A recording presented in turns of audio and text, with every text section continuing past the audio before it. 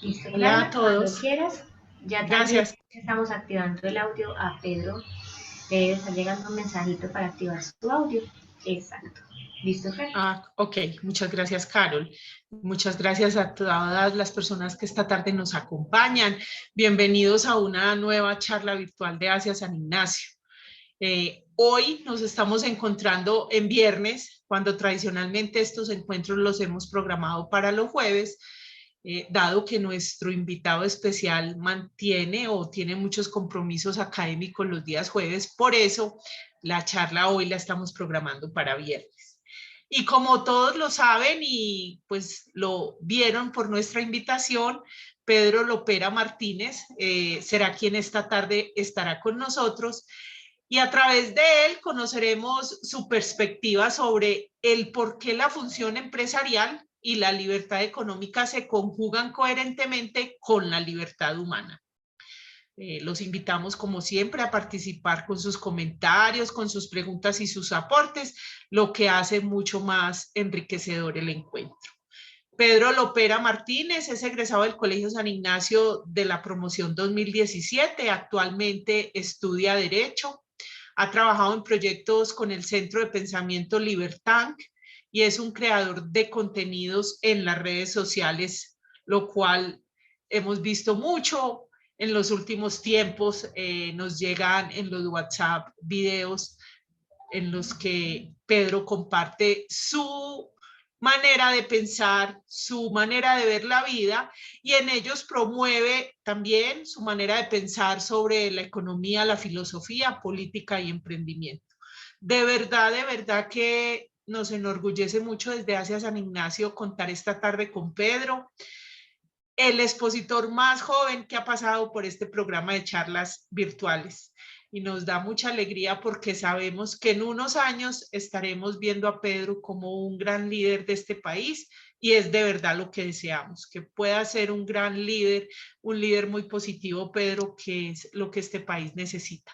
Así que, Pedro, te agradecemos muchísimo la compañía esta tarde, el tener la deferencia para con nosotros de compartir esta perspectiva que tienes. Y bueno, bienvenidos. Yo apago mi micrófono y mi cámara, y en el momento que tengamos pues el aporte de quienes nos acompañan y de quienes vayan llegando, pues entonces vuelvo a intervenir. Bienvenido, Pedro. Muchas gracias. A quienes nos acompañan también, muchas gracias. Clara, muchas gracias también a Asia pues por la invitación, por abrirme el espacio. Es bacano pues como volver de alguna forma al colegio, pues o sea, como tal no estoy allá presente, pero es como de alguna forma retribuirle algo al colegio después de estar tantos años allá. También quiero agradecerle pues a las personas que están conectadas y a los que también lo ven cuando está, pues cuando lo suban a las redes, porque me están dedicando el tiempo, me están escuchando y quiero agradecer pues eso. Sí, ahorita les hicieron la presentación que yo creo que es. Yo tengo 21 años, soy acá de Medellín, soy egresado del 2017 allá del colegio, soy estudiante en este momento de Derecho y hace un tiempo efectivamente tengo como compartiendo un poco mi opinión en redes sociales, que es lo que trato de hacer. O sea, literalmente me preguntan qué es lo que usted está haciendo en redes sociales y yo digo, no, estoy dando mi opinión, no estoy tratando de dar clases ni decir que tengo la verdad, ni, no, estoy dando mi opinión nada más. Eh, yo soy de una generación que pues no estoy hablando del colegio, sino una generación, pues el rango de edad, que yo creo que ha crecido incompleta, o sea, nos ha faltado como una parte del discurso porque desde chiquitos nos han hablado mucho de derechos, derechos, derechos, derechos, derechos, derechos, derechos. Y los derechos son muy importantes, los derechos son necesarios, son garantías que los ciudadanos tenemos para saber qué podemos hacer, qué no podemos hacer, qué se nos tiene que respetar, qué siempre tenemos que tener presente y qué es lo que nadie nos puede quitar. Entonces, por ejemplo, yo tengo el derecho a la libertad de expresión, yo puedo hablar libremente y nadie puede venir y prohibírmelo. Yo puedo tengo libertad de culto, entonces yo tengo la libertad de escoger pues como qué religión tener, puedo escoger qué religión tener. Yo puedo exigirle a un gobernante algo, que es que vea, yo tengo tal derecho, entonces usted me lo tiene que garantizar, o sea, es cierto, o sea, los derechos es como puedo hacer esto, puedo hacer esto, puedo hacer esto, puedo hacer aquello, entonces a nosotros nos han hablado mucho de eso, de lo mucho que podemos hacer y los derechos nos dicen qué podemos hacer pero no nos dicen qué deberíamos hacer. O en otras palabras, los derechos no nos dan dirección. Trata de pasar a esa diapositiva. De alguna forma yo entendía los derechos un poquito como que a nosotros nos ponen en mitad del mar y puedo nadar hacia allá, o sea, tengo la libertad de nadar a diferentes partes, pero no todas las direcciones son correctas. Yo tengo que apuntar hacia dónde está la tierra porque si no, eventualmente me voy a ahogar.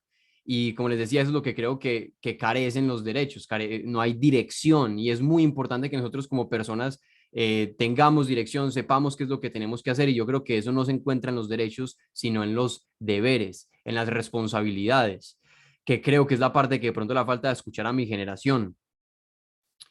La explicación es sencilla. Tu derecho es mi deber y mi derecho es tu deber. Tenemos que tener los dos. No puede faltar uno de los dos porque entonces ahí es cuando está incompleto. Entonces yo sentía que de pronto esa generación que le ha faltado esa parte del discurso, pues los resultados de esa generación se han visto los últimos meses porque vimos como jóvenes, muchas veces jóvenes, eran los que iban y le hacían daño al negocio a alguien más, destruían o robaban la tienda de alguien más o bloqueaban vías de alguna forma como, claro, yo tengo derechos, pero como si no, tú no tuvieras, o sea, se me olvida que yo tengo un deber frente a los derechos de alguien más. Y en ese proceso las que más se vieron afectadas fueron como las empresas y en consecuencia se vio afectada el empleo de muchas personas y a mí me preocupaba eso.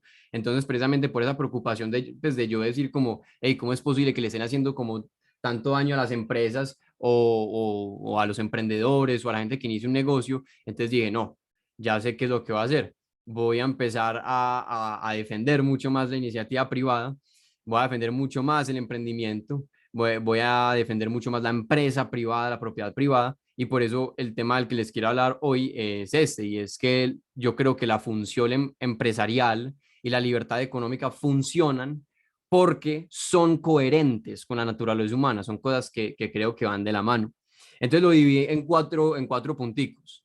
El primer punto es el hecho de que reconocen la libertad económica y la función empresarial, reconocen y sacan provecho de las diferencias humanas. El segundo es que reconoce los rangos entre las personas. El tercero que adopta y promueve la competencia y el cuarto que promueve y necesita de la cooperación. Entonces voy a ir explicando uno, pues cada uno. Es una presentación nueva, apenas la estoy como entre comillas ensayando, o sea, no estoy ensayándola acá, pero estoy apenas en el proceso como de aprender a dominarle y de pronto ver qué es lo que la gente le gusta, de pronto qué podría sacar. La primera vez que hice la presentación yo pues llevaba una hora hablando y en mi cabeza apenas llevaba 10 minutos. Entonces voy a tratar de ir un poquito más rápido porque yo hablo mucho. Entonces, pues como para el primer punto quería contarles una historia. Yo no sé si conocen esto, no sé si han visto a sus hijos viendo esta caricatura, pero por lo menos yo cuando era chiquito sí la veía mucho. Se llama Timmy Turner y los Padrinos Mágicos. Resulta que Timmy, el personaje que ven en pantalla, era un niño muy infeliz, pues era un niño que le hacían bullying en el colegio, le iba mal en el colegio, no tenía muchos amigos, los amigos que tenían, pues los dos que tenían eran como más bien bobitos, entonces, y los papás eran también medio tontos, o sea, una vida que me dice como no, o sea, el pobre niño, pero resulta que casi que por arte de magia, aparecieron dos criaturas, como dos padrinos mágicos, o sea, dos hadas, que le empezaron a conceder deseos. O sea, si él deseaba como, ay, quiero tener un tractor y pues le dan un tractor, quiero tener un mejor amigo, le dan un mejor amigo. Un día, él fue a donde el odontólogo y el odontólogo le empezó a hacer bullying, porque como pueden ver en la foto, él tiene dientes muy grandes. Entonces el odontólogo le hizo bullying que porque tenía dientes muy grandes y el hijo del odontólogo también. Entonces Timmy se sintió muy mal por eso y fue a donde sus padrinos mágicos y les deseó, hey, deseo que todos seamos iguales, porque así no van a poder hacer bullying por los dientes. Entonces, efectivamente, como en la foto, él mostró así como los pasitos de papel, todas las personas iguales, ese fue su deseo, que todos fueran iguales. Entonces, en la imagen de arriba ven ahí los padrinos que efectivamente le están concediendo el deseo y si ven las caras, era cara como de preocupación, como, uy, ese deseo está como tenaz. Entonces, le concedieron el deseo. Y miren que después se volvió un bulto gris, se volvió un bollo ahí gris. Y cuando salía a la calle se dio cuenta que todas las casas eran iguales, que todas las personas eran iguales y que todos se veían, o sea, que todos eran igual de grises. Entonces, ¿qué fue lo que pasó? En esa última imagen ven que los padrinos se les perdió Timmy, o sea, se iban, o sea, en cada bollito gris andante le preguntan, hey, ¿eres Timmy? Hey, ¿eres Timmy? Hey, ¿eres Timmy? Y él siempre decía, no, no soy Timmy, no, soy Brandon, soy Eric, o sea, se les perdió porque todos eran iguales. Ahora, ¿cuál es el problema con esto? Que después, cuando él fue y hizo algo diferente, él se encontró una masa rosada en el mundo gris, se la puso como una gorra, porque él siempre usaba una gorra rosada, ahí pues los otros iguales casi que se hicieron alrededor de él y prácticamente le iban pues, a matar, le iban a cascar ahí pues como pueden ver. Pero en ese momento, cuando él estaba ahí acorralado, él vio a sus padrinos mágicos allá volando y les dijo, deseo que volvamos a ser diferentes. Ese fue el deseo. Deseo que seamos nuevamente diferentes. Y ahí otra vez el mundo volvió al color. Ahí lo que está mostrando es que el mundo otra vez, como que el color está volviendo. Ahora, ¿por qué cuento la historia? Porque me parece que es una analogía muy bacana. De alguna forma, yo creo que las cosas bonitas que tiene el humano es el hecho que seamos diferentes. Nosotros venimos de diferentes familias, o sea, venimos de diferentes, sí, o sea, de diferentes casas, y el hecho de venir de diferentes casas significa que tenemos diferentes recursos económicos, recibimos diferente información a medida que estamos creciendo, crecemos en diferentes países y al crecer en diferentes países crecemos en diferentes culturas y las culturas tienen valores y principios distintos, entonces la información que recibimos es distinta. Entonces todo eso empieza a formarnos, o sea, que tenemos gustos diferentes, preferencias diferentes, talentos, habilidades diferentes. Y yo precisamente creo que ese es de los grandes tesoros que tiene el humano. Y como les estaba diciendo acá, el punto es hablar de cómo la naturaleza humana, que creo que eso es muy natural, el hecho de ser diferentes. Yo creo que no hay nada más verdad, pues nada más cierto que las diferencias humanas. Todo eso es algo que beneficia bastante a la empresa privada. La empresa privada toma y saca ventaja de eso. La empresa privada necesita de las diferencias humanas. Uno en una empresa, pues es una persona que está encargada de las ventas, otro que está encargado de atención al cliente, otro que está encargado de finanzas, otro del tema de publicidad, otro del tema de redes sociales, otro que va y pinta las paredes, la señora que limpia y entrega los tintos. Todo eso es es muy importante porque tal vez lo que a mí me guste hacer, a vos no te guste. Y a lo que a vos te gusta hacer, a mí no me gusta. Y yo necesito que tú le dediques tiempo a esas cosas para las que eres bueno, que tal vez yo no soy bueno, y esas cosas que te gustan, que tal vez a mí no me gustan. Imagínense en donde a nosotros nos pusieran a hacer siempre trabajos que no nos gustan, para los que no somos buenos, o sea, sería absolutamente aburrido y las empresas, estoy seguro que no tendrían el nivel de productividad que tienen, sería muchísimo, o sea, sería muy inferior. Entonces, dentro de la empresa privada es necesario pues que las personas precisamente tengan esos talentos diferentes que son, digamos, innatos y naturales dentro del ser humano. Ahora, resulta que hombres y mujeres también tienen preferencias, o sea, esto es más como para ponerlo como ejemplo, para mostrar lo natural que es. Hombres y mujeres somos absolutamente diferentes en temas de gustos y en temas de preferencias. Por ejemplo, en los países escandinavos han hecho un esfuerzo muy grande para todo el tema de igualdad de género, entonces en temas de la ley y de la cultura han pasado como, digamos, muchas leyes y muchas campañas para que no se le diga a la mujer tienes que hacer esto o al hombre tienes que hacer aquello. Y aunque son los países que en teoría tienen más igualdad de género, es donde más se notan las diferencias entre hombres y mujeres. Porque resulta que de cada 20 ingenieros hay una ingeniera y de cada 20 enfermeras hay un enfermero. O sea, se entregó la libertad a las personas de escoger libremente qué es lo que querían hacer y el resultado fue que los hombres se fueron por el tema de ingeniería y las mujeres por el tema de enfermería. Pues ese es uno de los muchos ejemplos que hay allá como en el país. Y no es extraño que eso ocurra. O sea, por ejemplo, se conoce desde la psicología que la mayor diferencia en temas de preferencias entre hombres y mujeres es que los hombres prefieren las cosas y las mujeres las personas. Y eso es lo que se vio precisamente allá en Escandinavia, que las mujeres se dedicaban a actividades que eran trabajo pues con personas de una forma mucho más directa, mientras que los hombres se metían a actividades que eran más como con cosas o con objetos o con cifras o con números, o sea, temas de finanzas o en este caso pues temas de ingeniería. Eso es como un ejemplo rápido para mostrar las diferencias que nosotros tenemos. Y es bueno que existan esas diferencias, porque repito, tal vez lo que yo sepa hacer tú no lo sabes hacer y tal vez lo que tú sabes hacer yo no lo sepa hacer y es importante que nos coordinemos para que podamos construir algo mucho más grande, que en este caso pues sería como la empresa. Ahora, ¿qué es lo que ha pasado cuando hemos sido iguales? Porque a lo largo de la historia pues, hay han aparecido varias ideologías y varios movimientos que han tratado de volvernos iguales, como no, hay que ser iguales, hay que tener lo mismo, como lo veíamos ahorita, pues en esas imágenes, como cómo es posible que haya unos que tengan una casa distinta a la otra, o cómo es posible que haya unos que trabajen en esto y ganen más que otras personas. Entonces han hecho un esfuerzo para que se vuelvan todos iguales. Y ahora la pregunta es, ¿qué es lo que ha pasado cuando se hizo ese esfuerzo de que todos fuéramos iguales? Esta es otra historia, pues una realidad. La imagen que están viendo en pantalla, pues ahí como leen, dice Holodomor, que se considera un genocidio. Holodomor, a ver, resulta que Ucrania fue un país que fue parte de la Unión de Repúblicas Socialistas Soviéticas, la Unión Soviética, un país pues que ya está extinto. Fue parte de ese país. Y la Unión Soviética, al ser un país socialista gobernado por el Partido Comunista, pues la economía era centralizada, o sea que no había empresa privada, no había iniciativa privada, no había propiedad privada, sino que todas las decisiones económicas se tomaban desde el gobierno. Ellos determinaban a qué precio se vendían las cosas, cómo se podían hacer las cosas, quién iba a administrar qué empresa. Entonces todo era muy centralizado. ¿Qué fue lo que pasó?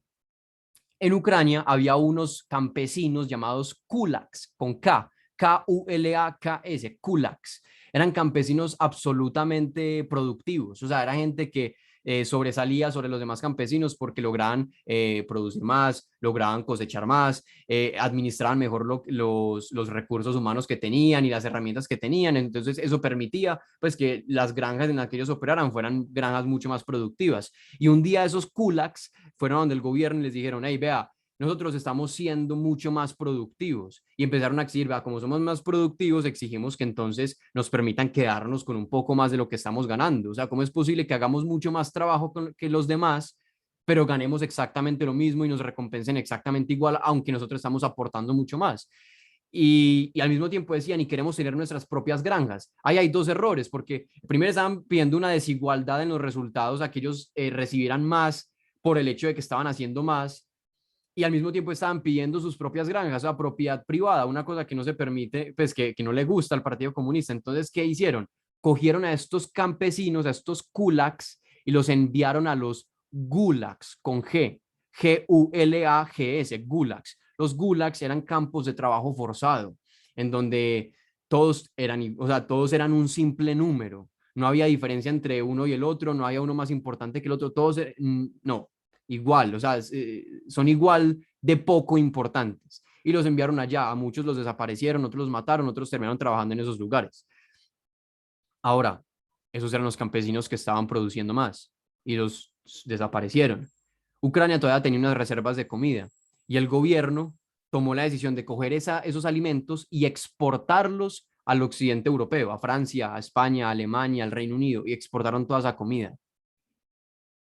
Ucrania se quedó sin comida. O sea, ya no había la comida que tenían y se quedaron sin campesinos para producir. Ahora, ¿cuál fue el problema?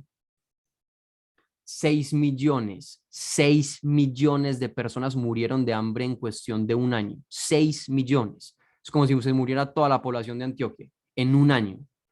Ahí precisamente nos ponen las fechas, entre 1932 y 1933. Pero la historia no termina ahí. Resulta que se registraron actos de canibalismo, algo así como 5.000 actos de canibalismo, personas comiendo de otras personas. La solución del gobierno fue enviar a los soldados a los pueblos donde la gente se estaba muriendo de hambre y poner carteles en las paredes que dijera, hey, acuérdense que comerse a sus propios hijos es un acto barbárico. Esa fue la solución del gobierno.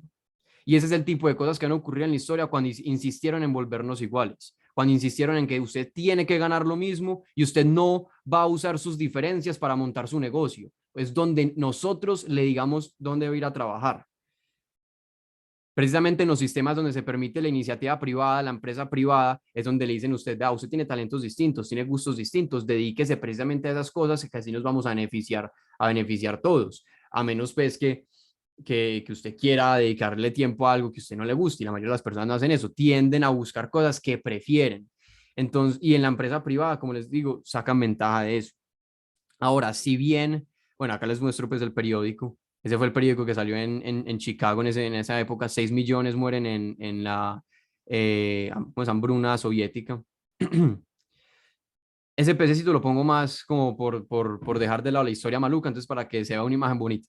Em, lo bonito es que seamos diferentes y la empresa privada se aprovecha de eso, pero entendiendo que somos diferentes y que se generan resultados diferentes, es un error que nos comparemos con otros. Yo creo que deberíamos compararnos con nosotros mismos porque nadie más ha tenido tus mismas ventajas y desventajas. O sea, tú eres la única persona que ha tenido las mismas ventajas y desventajas y por lo tanto uno tiene que competir con uno mismo porque uno se puede empezar a comparar con otra persona, pero resulta que cuando uno se compara con otra persona, normalmente son comparaciones muy arbitrarias, porque uno dice, no, esta persona está ganando más. Bueno, puede que esté ganando más, pero ¿cómo está su salud? ¿Cómo está su familia? ¿Cómo está el tema de los amigos? ¿Cómo están sus ambiciones académicas? ¿Está estudiando? ¿No está estudiando? ¿Está leyendo? ¿No está leyendo? O sea, como que hay muchas cosas que tenemos que considerar y cuando nos comparamos con alguien, normalmente solo cogemos un punto a considerar.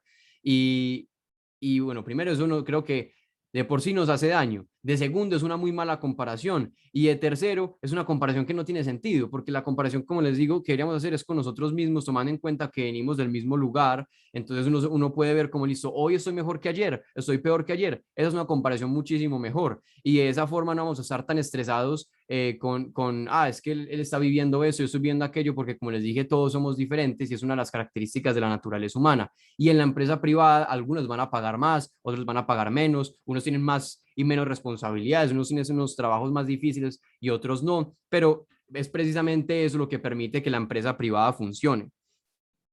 Entonces, ese era el primer punto. La empresa privada, o sea, y la iniciativa privada, la libertad económica, reconocen y se aprovechan de las diferencias humanas. El segundo punto es que reconocen la existencia de rangos entre las personas. Precisamente como les está diciendo, al ser diferentes, tener oportunidades diferentes, usar esas oportunidades de forma diferente, conocer personas diferentes, nacer en países diferentes, culturas diferentes, todo eso, ¿qué genera? Resultados diferentes. Resulta que yo podría hoy hacer un esfuerzo muy grande por aprender a tocar guitarra, pero yo no voy a ser de los grandes guitarristas.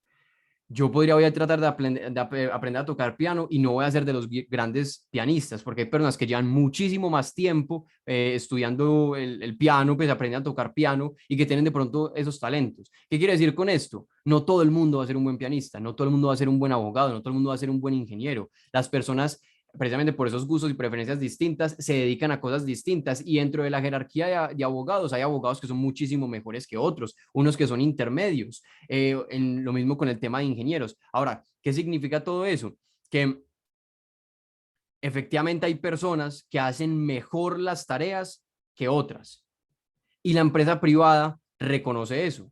La idea dentro de la empresa privada es que las personas con más conocimiento, con más capacidades, con más experiencia, con mayor preparación y más aptas sean las que precisamente ocupen esas posiciones más complicadas. Es necesario que las personas más talentosas ocupen las posiciones más complicadas de la sociedad, a menos pues que no queramos que alguien solucione esos grandes problemas que tienen que ser solucionados. Entonces, no es horrible que existan jerarquías, pues porque nosotros necesitamos saber quiénes son los buenos para recompensarlos, para que sigan haciendo lo que están haciendo. Como les digo, a menos que queramos que dejen de hacerlo. El hecho de que nosotros le paguemos más a las personas que de pronto tienen una posición más alta dentro de la empresa no es una cosa por arte de magia, no es por un capricho. Nosotros estamos pagando más porque es que en teoría estás aportando más y necesitamos de lo que estás haciendo. Y resulta que tu trabajo es muy importante para que toda esta vuelta pueda funcionar. Y además de eso, esas recompensas de pronto más altas en esas posiciones también son de alguna forma una motivación, un incentivo para los que están ganando un poco menos o están en la parte de abajo, porque dicen, listo, entonces si yo estoy allá arriba, me van a empezar a pagar más. Entonces, bueno, yo quiero eso, porque eso me va a servir para la casa, para el estudio, para la salud, para la educación, etcétera, para un montón de cosas. Entonces, la gente se pone un objetivo y resulta que es muy importante que la gente se ponga objetivos. Desde la psicología se conoce que la mayor cantidad de sensaciones positivas que las personas tienen, ojo, sensaciones positivas, son precisamente cuando estamos yendo por un objetivo. Sensaciones positivas es distinto a hablar de placer, es distinto a hablar de satisfacción. Satisfacción es cuando yo logro algo. Placer es cuando tengo sed y me tomo agua. o cuando tengo mucho sueño me puedo acostar a dormir. Eso es placer, pero estoy hablando de sensaciones positivas, las que se asocian con la felicidad. La mayoría de sensaciones positivas asociadas con la felicidad llegan a las personas cuando están acercándose precisamente a un objetivo. Entonces, el hecho de que en la empresa privada se reconozca que hay personas que son mucho más capaces, tienen más conocimiento, tienen más disciplina para algunas cosas y se les pongan en posiciones más complejas y se les recompense por eso, primero creo que es muy coherente y creo que es además muy inteligente. Lo bueno de todo eso, de que, bueno, hay personas tal vez que sean mejor, yo estoy estudiando Derecho, pero estoy convencido que no voy a ser el mejor abogado que salga de mi grupo, porque hay unos que primero son muy habilidosos para el Derecho y estudian muchísimo más que yo, entonces van a ser con seguridad mejores abogados que yo. Eso no, primero no es horrible, por lo que les decía ahorita, qué bueno que ese tipo de personas existan. Y segundo, eso no es estático. El hecho de que ellos estén haciendo las cosas muy bien no significa que el día de mañana puedan bajar, y el hecho de que yo de pronto no las esté haciendo como ellos no significa que yo no pueda subir. Eso lo notamos dentro de la empresa privada. A veces te echan, o a veces te contratan, o te ascienden, y en el ascenso te ponen responsabilidades un poco más complejas y te pagan pues un poco más. Entonces, al ser pues, como no es estático, es importante que tengamos en cuenta eso y apuntemos como siempre a subir. Y el hecho de que en la empresa privada pongan recompensas es digamos, es un impulso, como les dije ahorita, es una motivación para las personas para precisamente subir, de lo cual todos nos vamos a beneficiar. La empresa se va a beneficiar en ser mucho más productiva y esa misma persona se va a beneficiar en el hecho de que va a empezar a recibir tal vez un poco más de ingresos, va a tener muchos más retos, se va a dar cuenta que tal vez está progresando. Y acuérdense lo que les dije ahorita, que cuando las personas están alcanzando un objetivo y están progresando, ahí es donde generan mayor cantidad de sensaciones positivas. Y a mí me parece muy bien que la gente tenga esas sensaciones positivas. Alguna vez pues escuchaba que cuál era la definición de un líder. Y es una definición que me gusta mucho. Líder es aquel que usa sus palabras para transformar el caos en orden.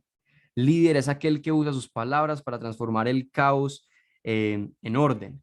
Dentro de la estructura empresarial, nosotros vemos que efectivamente las personas que en teoría son más capacitadas están en la parte de abajo, y las personas que están entrando, perdón, que las personas más capacitadas están en la parte de arriba, y las personas que apenas están entrando están en la parte de abajo. Es muy importante que aquellos que están en la parte de arriba sean esos líderes que precisamente estén transformando el caos en orden. ¿Cómo así que caos? Hey, no estamos vendiendo suficiente, no estamos satisfaciendo al cliente de forma suficiente, tenemos que mejorar eso. O tal vez estamos haciendo las cosas bien, pero queremos hacerlo muchísimo mejor, o sea, pasar de ese caos a orden, de una posición menos favorable a una posición mucho más favorable.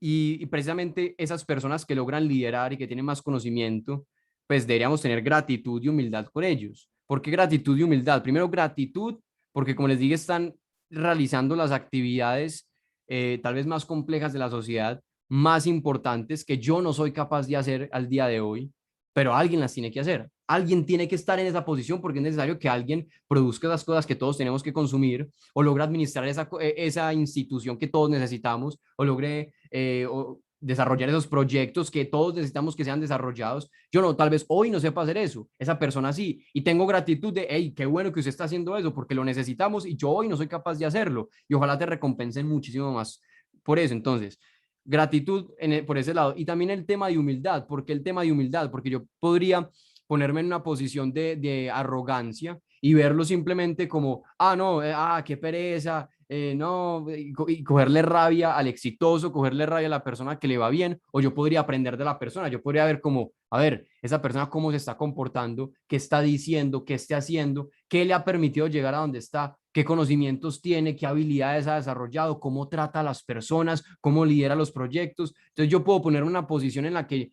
yo llegue con humildad a decir, voy a aprender de esa persona, porque me interesa progresar, me interesa mejorar. Hay una serie de beneficios estando como en esas partes altas, en temas de conocimiento. Hay más conocimiento, hay más oportunidades, hay más respeto, más admiración, tal vez más influencia, más ingresos, y me interesa tener ese tipo de cosas. Entonces, ¿cómo puedo llegar allá? Bueno, aprenden los que han hecho las cosas bien. Entonces, por ese lado, Pedro, gratitud y humildad. aquí Hola. tienen una preguntita en el chat y es que no sabemos si de pronto se te congeló la compartición de pantalla o seguimos en la misma diapositiva? No, en la misma, en la misma. Ok, Es en la misma. perfecto. Dale, gracias. Es Continúa. que hago un paréntesis, hago un paréntesis. Yo no soy muy de usar presentaciones. Una vez estaba en el colegio precisamente y me pusieron una exposición. Obviamente había que hacer la presentación, desarrollar todo el tema. Y yo preparé la presentación y cuando fui a hacerla, pum, puse la primera diapositiva y empecé a hablar y hablar y hablar. Hice toda la exposición excelente y cuando me di cuenta no había pasado la primera diapositiva, todavía la tenía en la primera parte. Y una vez me pasó peor y es que pasé a la segunda diapositiva, pero no había nada escrito. O sea, es que yo no sé, yo soy muy de hablar, entonces como no soy tanto de poner presentaciones, entonces literalmente puse esta imagen ahí congelada y dije, no, o sea, voy a desarrollar los otros temas ahí pues con esa imagen. Ahorita hay más diapositivas para ilustrar como lo que estoy diciendo, pero por ahora está en esta. Entonces, bueno, sí, el punto es que necesitamos personas que solucionen los problemas y no que creen más, sino realmente esas personas son las más capaces, las que están más capacitadas, las que tienen más experiencia, tienen más conocimiento y es muy bueno que esas personas estén, es muy bueno que creen empresas, es muy bueno que las administren y no deberíamos verlas como un problema, sino de hecho personas de las que deberíamos aprender. Entonces ese fue el segundo punto, la libertad económica y la actividad empresarial son coherentes con la naturaleza humana en el sentido de que reconocen los rangos, de que no todos somos buenos para lo mismo, hay unos que son mejores que otros, son más productivos, son más disciplinados, y eso se ve en la estructura empresarial. Unos están administrando, otros tienen cargos medios, otros tienen cargos bajos, pero eso precisamente permite que el sistema pues funcione y que en teoría los más capaces lleguen a las posiciones más importantes, que me parece que tiene sentido, a menos que queramos pues que personas menos capaces estén en las posiciones más importantes, que me parece que pues, no tiene razón de ser. El tercer punto es que la libertad económica y la iniciativa empresarial adoptan y promueven la competencia. Cuando hablo de competencia, me refiero de dos maneras. La primera, de competir con otros. Y la segunda, de ser competente. Yo tengo que ser competente para poder competir. Miren, les voy a explicar con un dato porque es tan importante el tema de la competencia. Hay una característica que creo que son los psicólogos los que la determinaron, o sea, los que le pusieron el nombre, se llama hipergamia. La hipergamia es como esa característica o esa actividad de buscar un cónyuge o sentirse atraído a personas que tienen una posición socioeconómica superior a la de uno. Eso es la hipergamia. Como que uno busque una persona más inteligente, más respetada, más productiva, con más capacidad de producir, que genere más ingresos, que tenga una posición más importante. Eso es la hipergamia, como buscar una persona que tenga eso. Eso lo puede hacer todo el mundo, pero encontraron que es mucho más común que lo hagan las mujeres.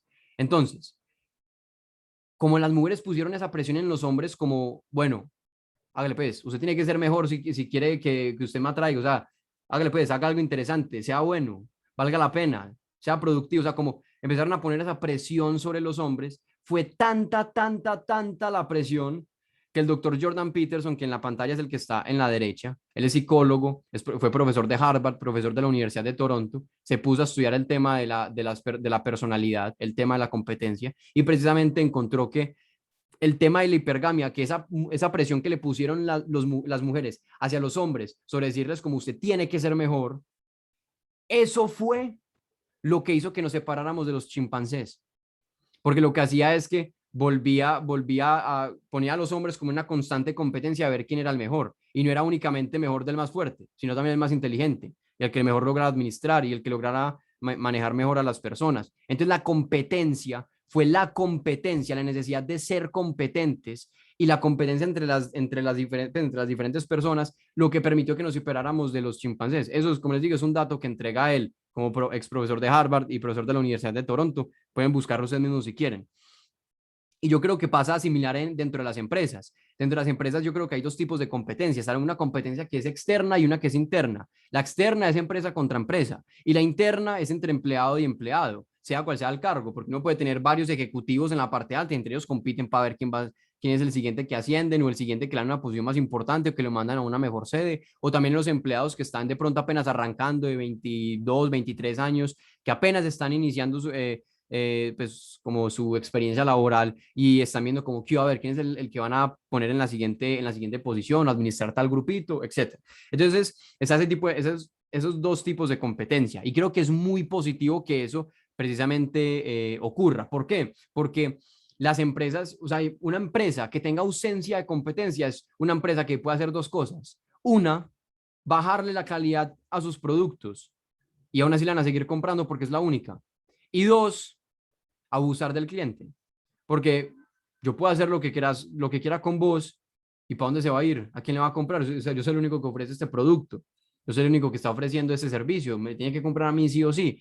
Entonces, el hecho de que pues en la libertad económica se permite precisamente que haya más empresas, que haya muchas más personas prestando servicios, muchas más personas entregando diferentes productos y eso lo que es que hay una competencia por ver quién es el que va a satisfacer las necesidades, pues como el cliente, quién es el que va a servirle mejor al otro. Y esa competencia de, bueno, yo quiero posicionarme en el mercado y ahí tengo mi competencia al otro lado. Él también quiere posicionarse. Entonces tengo que hacer un esfuerzo en mejorar la atención al cliente para que me prefieran a mí. O tengo que hacer un esfuerzo en mejorar el producto, el servicio. Entonces constantemente eso entre empresa y empresa y obviamente adentro también existe esa competencia porque está la presión de, hey, estamos compitiendo con otra empresa. Entonces exigimos resultados acá adentro.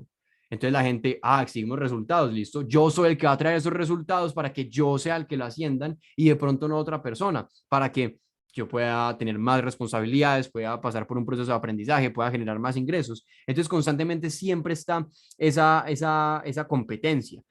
Uno lo ve, 20 personas tal vez aspirando por un único cargo.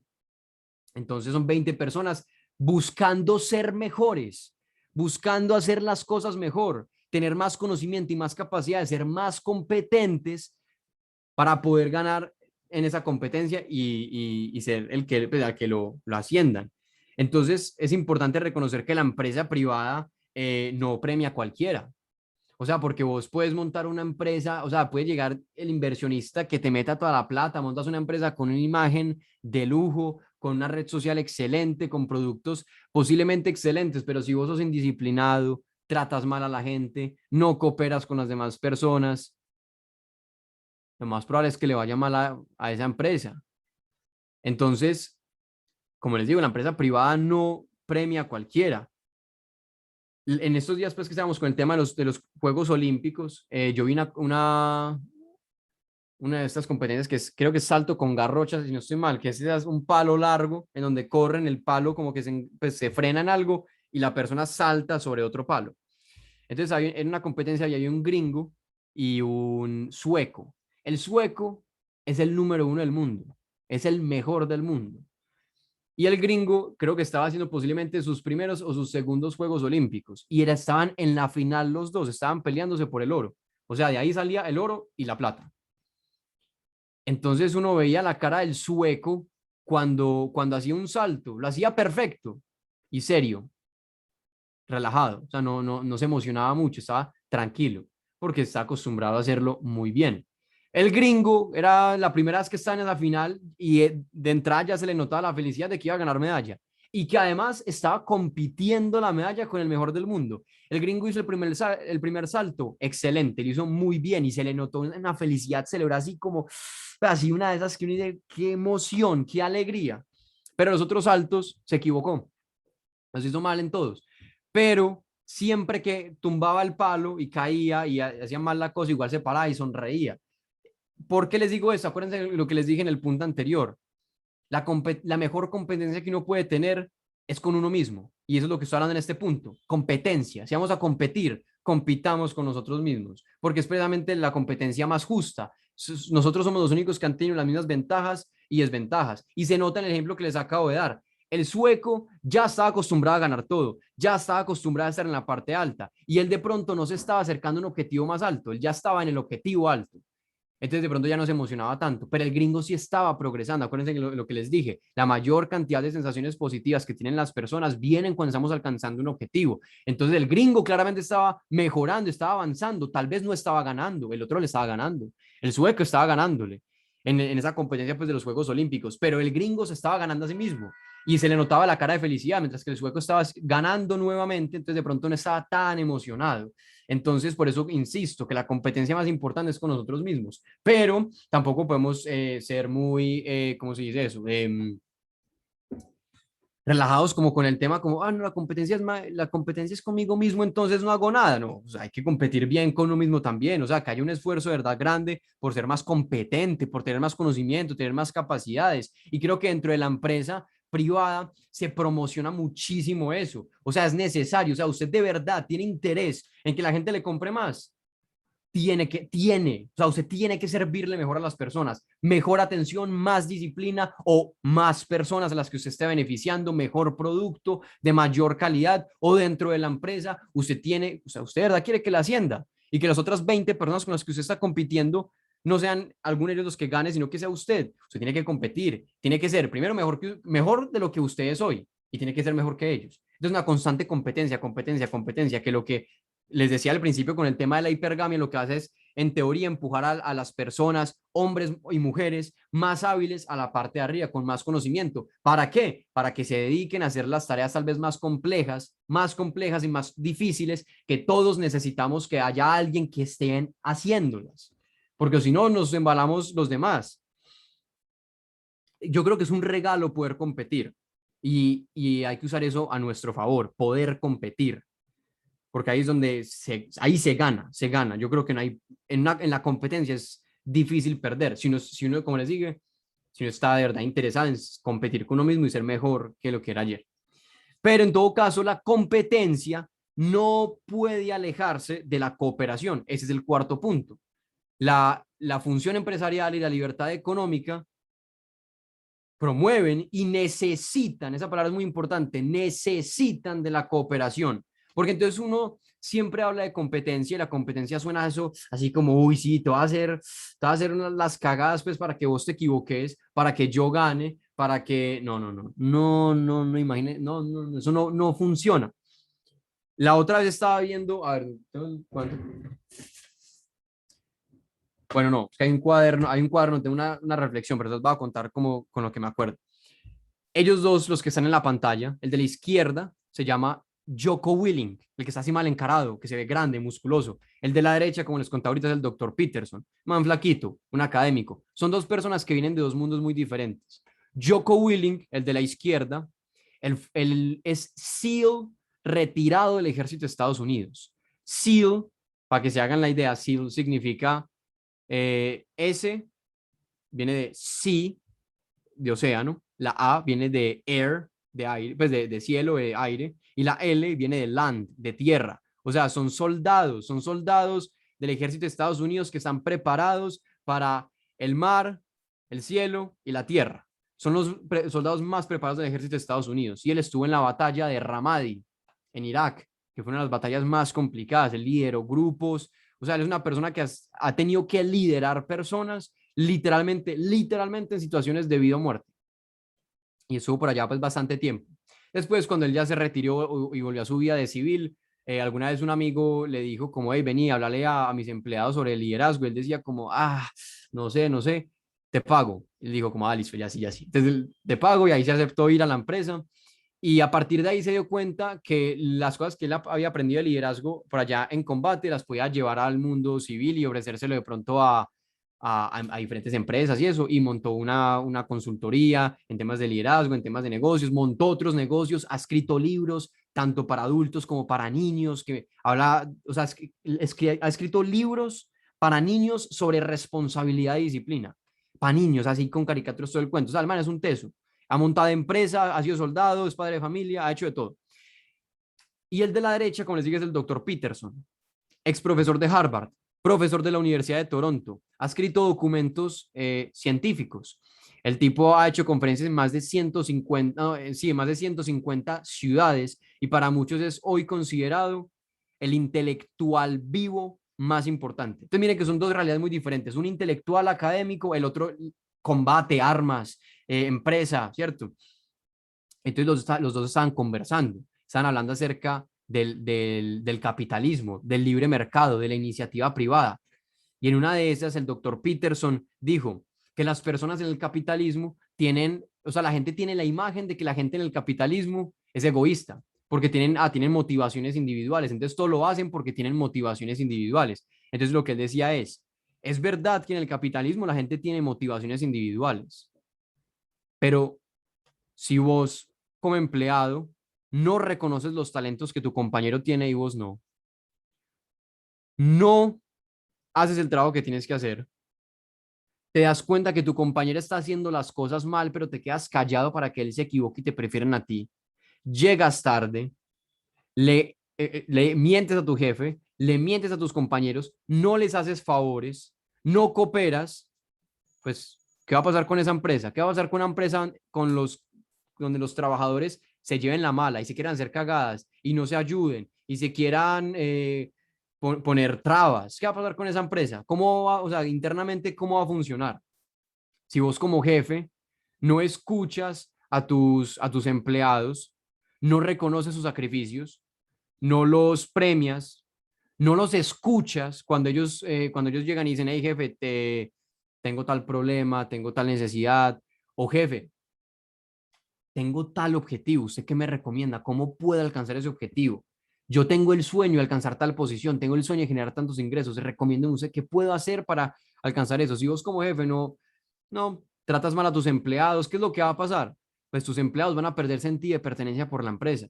Tus empleados te van a sonreír, pero van a hacer sonrisas falsas y trabajan para vos casi que porque pues ahí está el salario, pero realmente le van a hacer daño a tu empresa desde dentro, porque no les va a interesar hacer las cosas bien, o sea, no les va a interesar dañar esa empresa que vos montaste, porque de por sí vos no has sido bueno con ellos. ¿Qué pasa si vos como empresario le quedas mal a tus socios? Pues no te van a hacer favores, no van a confiar en vos, te van a llevar la mala, se van a ir, van a buscar nuevos socios. Entonces, si vos como empleado no cooperas, si vos como empleador, empresario no cooperas, si vos como socio no cooperas, ¿qué va a pasar?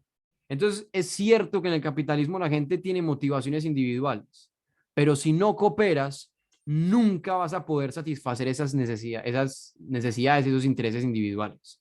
Es necesario que dentro de las empresas haya cooperación, dentro de nuestros puestos de trabajo, sea una empresa, una microempresa de 2, 3, 5 empleados, mediana de 30, de 40, una grande. En todas es necesario que eso sea así y que yo coopere con mis empleados, con mis jefes, con mis socios, que yo busque de verdad satisfacer al otro, porque, pues, al cliente, porque pues, si no traigo algo hacia el prójimo, no me van a comprar, no voy a verme recompensado. O sea, es necesario que yo piense en los demás, es necesario que yo trabaje con los demás. ¿Y por qué digo que es coherente eso con la libertad económica y con la empresa privada? Porque, o sea, por eso, porque si una empresa internamente no coopera, no se ayuda, es una empresa que no va a llegar lejos.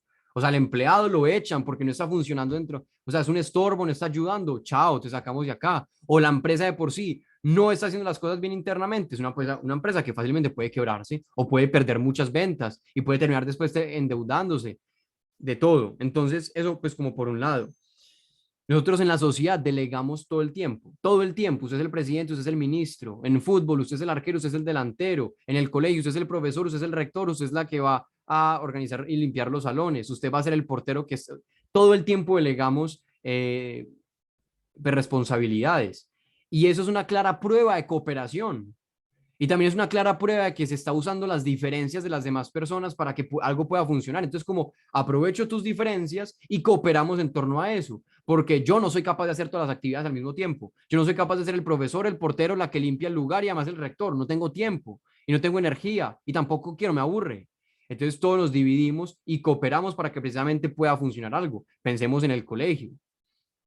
Precisamente todas las personas están haciendo actividades diferentes para que el colegio pueda funcionar. Y una persona, las que está acá presentes, no sería capaz de hacer todo. Entonces es necesario que nosotros cooperemos. Las empresas, y el colegio al fin y al cabo es una institución, es privada, manejada por dineros privados, pues necesita manejar esa misma estructura y las empresas, sobre todo, tienen que hacer eso. Entonces, la sociedad delega todo, necesitamos delegar. Y lo otro es que yo necesito que estés vivo. Yo necesito que estés vivo. Alguna vez escuchaba que hay una frase que dice que donde entra el mercado no entran las balas, porque yo necesito que vos estés vivo para que me puedas vender, necesito que estés vivo para poder venderte, necesito que estés vivo para que me puedas ayudar a montar esto. O sea, cuando nosotros tenemos un interés en construir cosas, en desarrollar cosas, ahí es donde yo necesito que el otro esté bien y que el otro haga las cosas bien, pero yo también tengo la responsabilidad de yo hacer las cosas bien y de yo ser disciplinado y que cooperemos para que las cosas puedan pues como funcionar. Ahora, esos son los 4 puntos. Primero, que la función empresarial y la libertad económica reconocen y toman ventaja de las diferencias humanas. La segunda, que la función empresarial y la libertad económica reconocen rangos entre las personas. No todos somos buenos para hacer lo mismo y por eso es muy importante que haya personas que sepan hacer las cosas bien y recompensarlos y premiarlos. Y eso está bien, porque yo puedo estar ahí el día de mañana o yo puedo estar ahí ya, pero puedo bajar. Es muy importante que yo me discipline.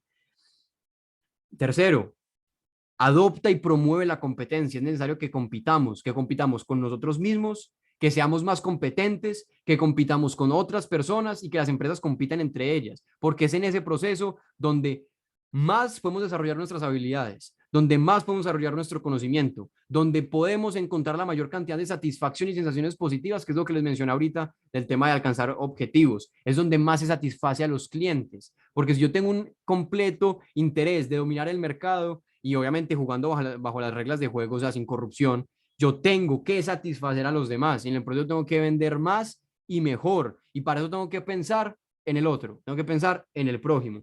Y el cuarto punto es que si yo voy a competir, como les dije, no puede ser con corrupción, no puede ser con trampas, tiene que ser dentro de las reglas de juego y para eso tengo que cooperar. Tengo que cooperar con mis empleados, con mis jefes, con mis socios y con las demás personas que pueden estar dentro de la sociedad. Eso es lo abstracto. Todo lo que les acabo de decir es muy abstracto. Es como un punto de vista muy filosófico, mi opinión, pero ahora hablemos de datos, hablemos de números. Ya con eso termino. En la tabla que está en la izquierda, que está en verdecito, bueno, perdón, hago la contextualización. Eso que les estoy mostrando es un estudio que se llama el Índice de Libertad Económica, que lo desarrolla la institución que se llama The Heritage Foundation, es una institución de Estados Unidos. El objetivo de esa institución es primero promover la libertad económica en el mundo. ¿Qué es la libertad económica? Eso, poder montar empresa, tener propiedad privada, poder comercializar libremente, poder vender y comprar libremente, poder asociarme libremente, yo te contrato, tú me contratas, o vos y yo vamos a trabajar juntos, vamos a montar tal almacén, vamos a hacer tal cosa. Eso, es poder hacer eso de forma libre, sin que me llenen de impuestos, sin que me llenen de burocracia, sin que me llenen de trabas, sin que me expropien mi emprendimiento. ¿Yo para qué voy a trabajar 5 años en algo si después llega alguien y, hey, ¿sabes qué? Te lo expropio, eso ya no es tuyo, ya es del Estado. ¡Pum! O sea, eso es la libertad económica, poder hacer todo eso sin que llegue un tercero, en este caso sería el Estado, y que me ponga trabas, burocracia, expropiaciones, sino que yo pueda hacerlo libremente. Entonces, sacan una tabla, ese estudio saca una tabla como de cómo está la libertad económica en el mundo. O sea, de cuáles son los países más libres económicamente, los países donde más se respeta la propiedad privada, donde los impuestos son decentes y no son impuestos grandes que te ahogan y quiebran a la empresa, en donde hay más libertad laboral, o sea que es más fácil contratar, es más fácil incluso despedir en caso de que sea necesario. ¿Y cuáles son los países en donde por el contrario ponen muchas trabas, impuestos altos a las empresas, muchas regulaciones, mucha burocracia, muchos frenos a la contratación, muchos frenos al despido también? En la tabla de la izquierda están precisamente los países más libres económicamente, donde más se protege y se promueve esa iniciativa privada y la empresa privada. Leamos cuáles son los 5 países considerados países libres económicamente. Singapur, Nueva Zelanda, Australia, Suiza e Irlanda. Los 5 tienen algo en común, son absolutamente desarrollados y son países que nosotros casi que idolatramos. La gente siempre usa acá a Suiza de ejemplo. Es que acá no estamos en Suiza, estamos en Colombia. O sea, refiriéndonos a que Suiza es un país que funciona muy bien. Si vemos los otros países que están en la categoría de mayoritariamente libre, o sea, no son del todo libre, pero están en ese rango de llegando a mucha libertad. Reino Unido, Estonia, Canadá, Dinamarca, Islanda, Georgia, Emiratos Árabes Unidos, los Países Bajos, Holanda, como dicen por ahí, Japón, Corea del Sur, Austria, Israel, Noruega, Alemania. O sea, miremos que son países altamente desarrollados, países que funcionan muy bien. Hay una tendencia a que los países con más libertad económica funcionen mejor, haya más desarrollo. O sea, la empresa privada es un absoluto y completo motor de desarrollo para los países. Miremos la tabla a la derecha para que entiendan lo que, pues para que entendamos qué es lo que yo estaba diciendo, para que lo grafiquemos. Eso que está en rojo son los países reprimidos económicamente. ¿Cómo así que reprimidos? Allá el gobierno le mete 1001 impuestos a las empresas, pone muchas trabas para registrar una empresa. Entonces, cuando vas a registrar una empresa, tenés que pagar mucha plata, tenés que pasar por muchos filtros, no siempre te permiten crearla, te demoras meses y logras crearla, tal vez te demores año, quién sabe. Esos son los países reprimidos, esos que no respetan la iniciativa privada, la propiedad privada, donde hay expropiaciones. Ahí, por ejemplo, ¿quién está? Corea del Norte, Venezuela, Cuba, Sudán, Zimbabue, Bolivia, Algeria, Burundi, Surinam, República Centroafricana. O sea, son países que uno dice, nadie quiere vivir allá. Es más, todo lo contrario, los de esos países se están yendo a vivir a los otros, a los verdecitos. Esos países que son en su mayoría países de corte socialista, por ejemplo, miremos el caso de Cuba, Corea del Norte, pues Venezuela, donde hay mucha regulación a las empresas, esas personas se están yendo a vivir a Suiza, a Singapur, a Estados Unidos, a Israel, a Dinamarca, a Canadá. Miremos otros datos. En la tabla de la izquierda, donde están esas, como esas rayitas, dice que a medida que la libertad económica aumenta, la economía global se expande y la pobreza cae. En la primera tablita, en la izquierda dice, ese es el promedio de libertad económica en el mundo. Es decir, hoy el mundo tiene más libertad económica. Hoy el mundo es un mejor lugar para emprender, para montar empresa. Y al mismo tiempo, miremos cómo ha aumentado, o sea, en los mismos años, ha aumentado primero la economía global. Pasó de 39 a 84. ¿Sí o qué? Y el otro dato es el de la pobreza, que ese me parece que es el más importante. 34% de pobreza en el 93. Hoy se calcula que es del 9.2. Eso es pobreza extrema. Yo creo que el dato ahí está mal. Ellos ponen ahí pobreza, pero yo creo que es pobreza extrema. O sea, nosotros todos los que estamos, eso, escúcheme bien esto, eso es un dato casi que es para que se lo cuenten a sus amigos, a todo el mundo, para que lo compartan en WhatsApp. Todos los que estamos acá presentes, podemos decir que somos la primera generación humana en toda la historia de la humanidad, que podemos decir que vivimos en un mundo donde los pobres ya no son mayoría.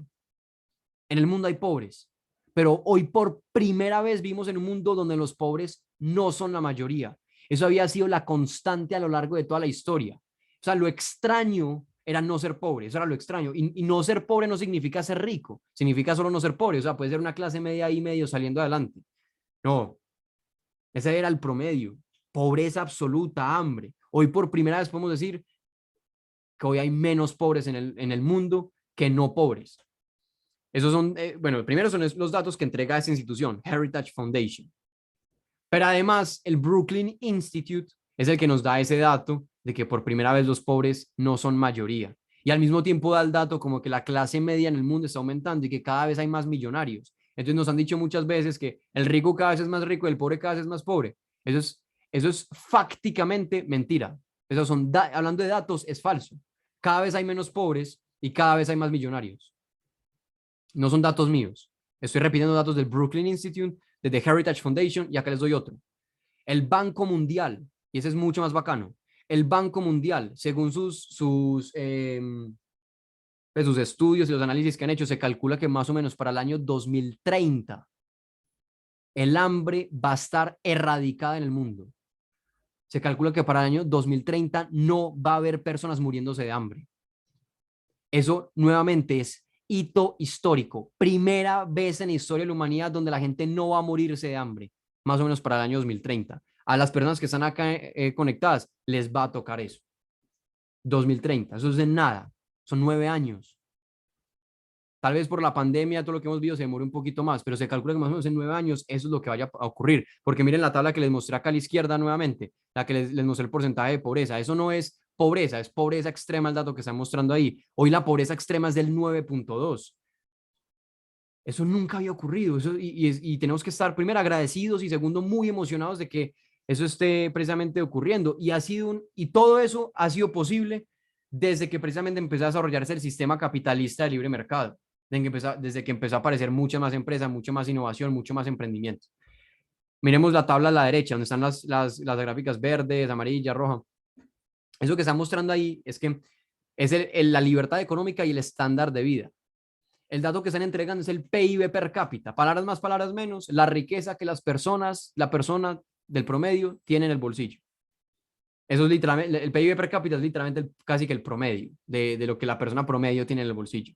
Los países libres económicamente, que fueron los que les mostré ahorita, Singapur, Nueva Zelanda, Suiza, Irlanda, se ganan al año $71.000. Multiplique eso por pesos, haga la cuenta, 3.8 por 71.000, para que vea cuántos millones de pesos son eso al año. Mientras que los países reprimidos, Venezuela, Corea del Norte, Zimbabue, Bolivia, Kiribati, esos países se ganan $7.000 al año en promedio. O sea, los países libres económicamente, los países con más libre mercado, que más defienden la iniciativa privada, se ganan 10 veces más al año que aquellos países que son reprimidos, aquellos países socialistas, comunistas. Colombia está en la categoría amarilla, en la que dice 22.000. Y ya vamos a hablar un poco más de Colombia. ¿Pero qué quiere decir todo esto? Que los países con mayor libertad económica permiten que precisamente la persona promedio pueda generar muchos más ingresos. ¿Y qué significa más ingresos? Bueno, con ingresos puedo comprar cosas, puedo comprarme un mejor techo, un mejor medio de transporte, mejor salud, mejor educación, mejor entretenimiento. Puedo tener ahorros para viajar o puedo tener ahorros para cuando tenga alguna emergencia, algo sea necesario. Es importante tener ingresos y miremos que esos países donde se respeta la propiedad privada, la empresa privada, donde se promueve eso, es donde precisamente se genera ese desarrollo económico. Ese es el continente americano. En el continente americano hay 3 países considerados mayoritariamente libres. O sea, en América no hay ningún país que sea libre económicamente. Los 3 que son más libres son Canadá, Estados Unidos y Chile, que son no coincidencialmente, era de esperarse, son los 3 países más desarrollados de toda América. Miremos que otra vez vuelve a jugar esa tendencia. País desarrollado, libre mercado. País sin libre mercado, no es desarrollado. O sea, de verdad no. A medida que uno se pone a ver la primera tabla que les mostré, uno va viendo, hay una tendencia a que aquellos que tengan menos libre mercado les vaya peor. Colombia, ¿dónde está acá? En la parte amarillita, en la posición 49 más o menos, sino que ahí no lo puse, acá puse los extremos, la parte alta, la parte baja. Colombia es media tabla en el asunto, es media tabla realmente, que es lo que les iba a mostrar acá. O sea, Colombia no es un país socialista, pero tampoco es un país libre económicamente, no, es ahí en el intermedio. Entonces, los 3 más libres, Canadá, Estados Unidos y Chile. ¿Cuáles son los que le siguen? México, Colombia, Perú, Uruguay, Paraguay. ¿Cuáles son los 4 países que muestran acá, los 4 países reprimidos en América? Cuba, Venezuela y Bolivia, que son los países de donde todo el mundo está escapando. Acá quiero hacer un paralelo entre Europa y África.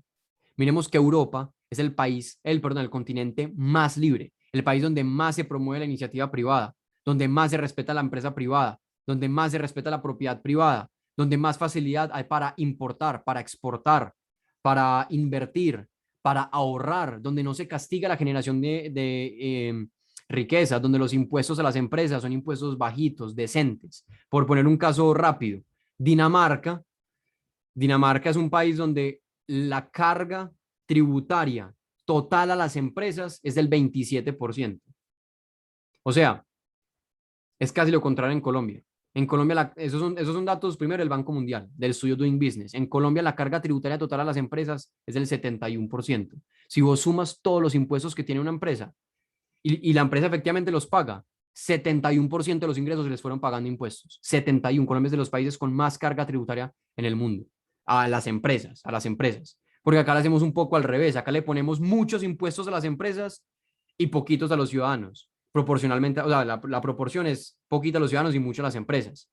En Dinamarca es al revés, mucho a los ciudadanos, poquito a las empresas, y de hecho es lo que normalmente hacen en los países de la OCDE, mucho impuesto a los ciudadanos y poco a las empresas. Bueno, sí, eso por un lado. Miremos a Europa, que precisamente tiene esas cosas, impuestos bajos a la empresa, impuestos bajos a la generación de riqueza, fácil creación de empresa, fácil exportación, importación, es fácil montar un negocio, etcétera. Hay 2 países considerados libres, que son Suiza e Irlanda, que es los que les mostré ahorita, menos acá. Por acá, Suiza de cuarto, Irlanda de quinto. Los otros tres, pues Singapur es asiático y Nueva Zelanda, Australia, pues de Oceanía. Europa es un país absolutamente libre económicamente. Miremos que solo hay un país que está en la categoría de mayoritariamente no libre o mayoritariamente reprimido, que es Bielorrusia. Es la única dictadura que queda en Europa.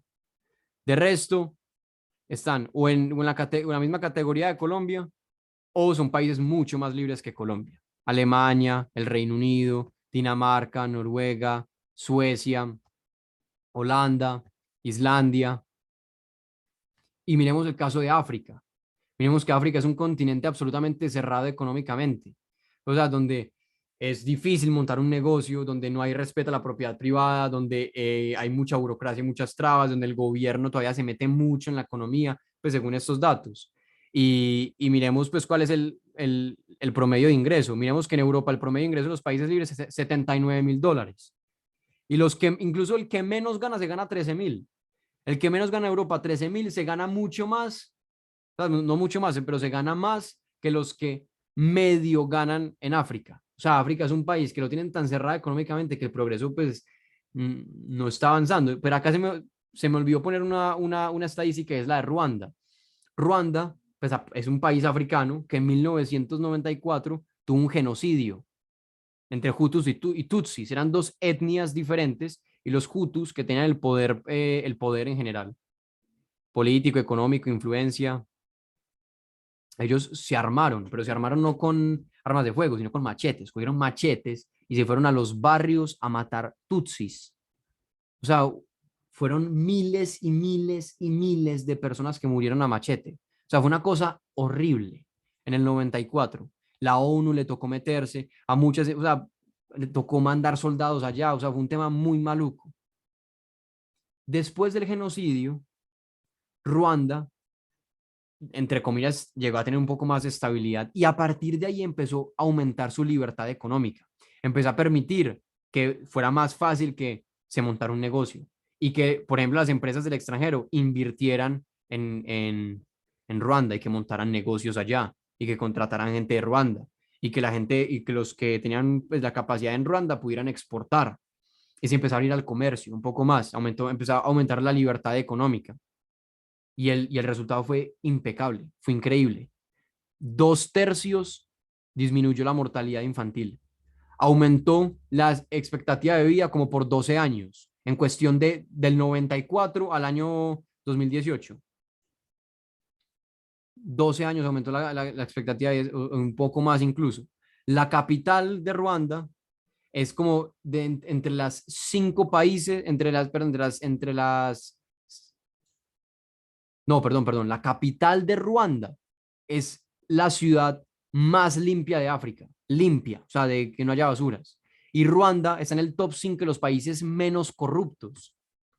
Y todo eso empezó a llegar justo después de que aumentaron la libertad económica, porque eso permite establecer un sistema mucho más limpio que, como les dije, me parece que es coherente con la naturaleza humana, en donde las personas tienen un poco más de libertad para tomar decisiones, en donde las personas pueden generar más ingresos y cuando la gente genera más ingresos, pues tiene mucho más poder adquisitivo y tal vez no tenga que robar y tal vez pueda compartir un poco más y tal vez pueda acceder a mejor educación y tal vez pueda acceder a mejor salud. Entonces, obviamente van a vivir más años, van a acceder a mejores alimentos, entonces van a tener, sí, van a tener mejor salud y en caso de que se enfermen, pues van a tener un poco más de recursos para pagar un poco mejor de salud. Entonces, ese ha sido como el impacto que ha tenido un poco la libertad económica en el mundo. Y esos son datos rápidos.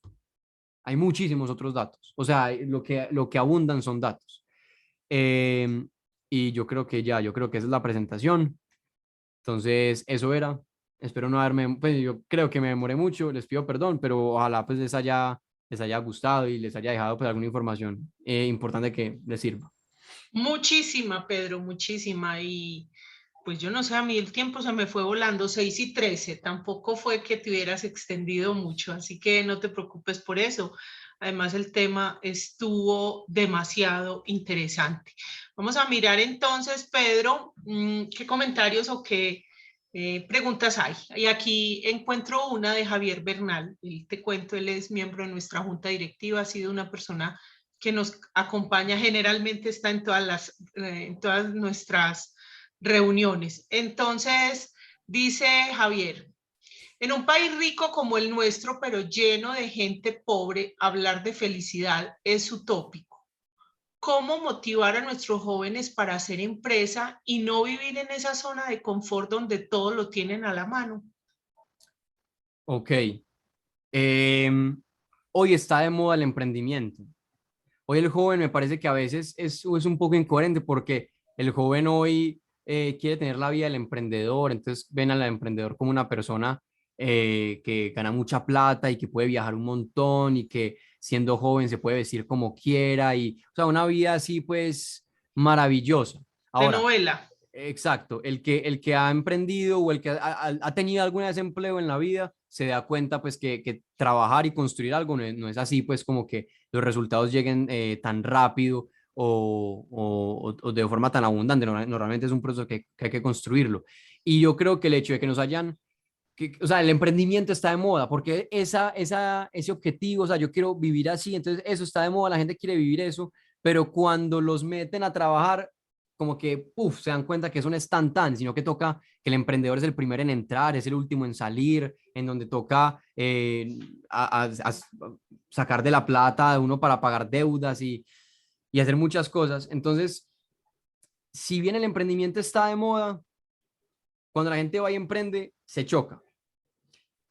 Y me parece después que es incoherente que muchas veces le echamos la culpa a todo el sistema económico cuando posiblemente el error fue eso, que nos hicimos una falsa concepción de lo que era el trabajo y lo que era la disciplina y pensamos que era una cosa regalada. Entonces posiblemente fue nuestro error, pero le echamos la culpa a alguien más. Entonces, ¿cómo es el tema de salir de la zona De confort. de confort? Yo creo que es contando historias. Yo creo que el empresario o la persona que ha trabajado puede contar historias. Vea, contar historias no es menor cosa.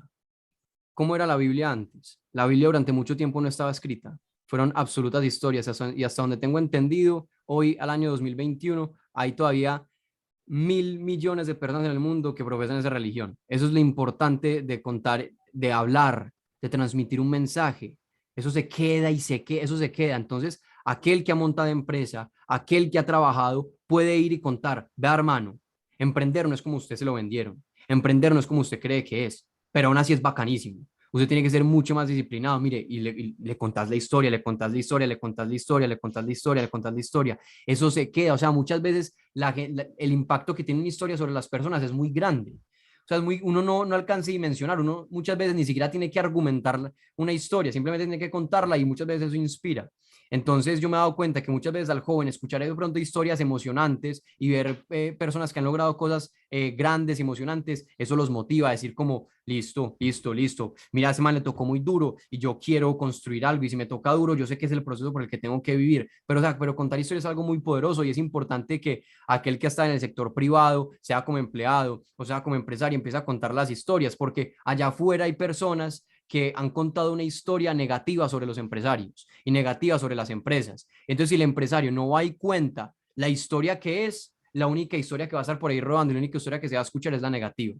Entonces hay que contar esa historia positiva, mostrar cómo son las cosas, que no son regaladas, que no son fáciles, pero que vale la pena y que así es como se construye y se avanza. Pero repito, es contando historias, es hablando. En estos días estaba en un evento de la Andy y estaba frente a muchos de los grandes empresarios pues, del país. Lo que yo les dije es, vea, el empresario tiene que dejar de pedir perdón por ser empresario. Entonces tiene que ser el primero que empiece a contar las historias y empezar a defender pues como estas ideas y esa disciplina, pero es como hablando, es hablando, contando esas historias. Entonces yo creo que esa es mi respuesta. Ok, Pedro, muchas gracias. Vamos a mirar si hay aquí alguna otra pregunta. No, no hay ninguna otra pregunta. Entonces vamos a hacer lo siguiente. De pronto vamos a mostrar, Carol, la charla de la próxima semana. Será el jueves, como es tradicional, y de pronto en este ratico, Pedro, ¿alguien más quiere compartir su punto de vista o hacer alguna pregunta? El próximo Dale. jueves, 26 de agosto, vamos a tener el tema de cómo está la situación de pandemia y sobre todo ahora con el tema de la variante Delta en nuestra ciudad y cómo ha avanzado esto respecto al tema de la vacunación en la ciudad. Vamos a tener nuevamente al doctor Carlos Andrés Agudelo Restrepo, lo tuvimos en el mes de febrero en estos espacios de las charlas virtuales de Hacia San Ignacio, y en ese entonces él nos hacía ver la importancia de vacunarnos. Hoy lo que queremos con él es que nos cuente frente a cómo se ha comportado el proceso de vacunación en la ciudad de Medellín, qué expectativas puede tener la ciudad respecto a esta variante Delta que sabemos que desde la semana pasada ya está en nuestra ciudad. Bueno, vamos a mirar entonces. Bueno, no veo acá más comentarios. Pedro, yo quiero darte las gracias nuevamente por todo este encuentro que hemos tenido, y me da mucha, pues me alegra mucho tenerte, porque como lo decía en la presentación, eres el ignaciano más joven que nos ha acompañado en estos encuentros, y quisiéramos que no fuera la última vez que te tuviéramos, porque sabemos que estás labrando un futuro muy interesante para ti, pues para tu familia obviamente, y sobre todo para el país. Me encanta que tengamos en este momento líderes de tu clase con esta manera de pensar, y esperemos que trabajes muy fuertemente por la parte social en esta ciudad, en este país que tanto lo necesita. Así que Pedro, muchísimas gracias por acompañarnos. Vuelvo y te reitero la invitación a que nos acompañes también en otro espacio más adelante. A todos los que nos han acompañado esta noche, pues darles las gracias por haber hecho parte de esta charla. Les estaremos compartiendo la próxima semana el video de la charla. A ti también, Pedro, te lo estaremos compartiendo. Entonces, una feliz noche. Muchísimas gracias a todos. Gracias, Pedro, nuevamente.